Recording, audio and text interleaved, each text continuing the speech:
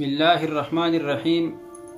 روجه باره کې دا یو بله مسله ده چې یو سړي ارګې کوو، خوله یې وازه شوه یا هسې په موټر سایکل روان دی او ډایرکټ یو ماش یا مچ راغی او د خولې ته او حلق ته تیر شو، نو په دې باندې روجه نه ماتیږي.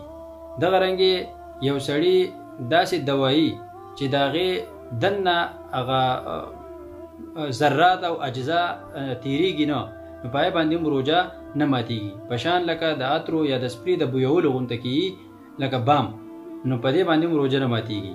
البته داسې سپری چې د سینه نښتي یا بندی د هغې سابندۍ دپاره چې د هغې هغه ذرات او اجزا دننه تیریږي، نو په دې باندې به بیا روجه هغه به ماتیږي.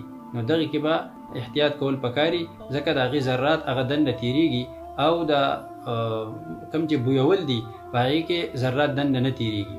دغه رنګې ډایرکټ لکه خولې ته شګه لاړه، په دې باندې هم روجه هغه نه ماتیږي. لکه سړی روان دی په لاره باندې دغه سیلی راله، خولې ته یې شګه لاړه، یا دغه شانتې یو سړی د مثالو په دوکان کې کار کوي، نو ښه دا ده چې ماسک یې لګولی د روجې په حالت کې او دی ته دننه سه دوړه موړه وغیره دا نه ځي. خو که چېرته په خپله باندې چېرته دوړه لږه لاړه شي، په دې باندې روجه هغه نه ماتیږي.